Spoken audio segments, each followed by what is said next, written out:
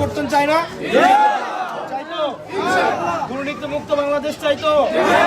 চাঁদাবাজ মুক্ত বাংলাদেশ চাই? আমরা চাই কিনা যে আমাদের সন্তানরা পাশ করে একটা স্বাধীন কর্ম কমিশনের মাধ্যমে চাকরি পায়, সেটা চাই কিনা? আমরা কি এমন বাংলাদেশ চাই যে বাংলাদেশের রাষ্ট্রপতি প্রধানমন্ত্রীর পায়ে ধরে সালাম করে অনুমতি নিয়ে রাষ্ট্রপতি হবে? এমন বাংলাদেশ না। এবারের ভোট হবে কোনটা, হ্যাঁ না না?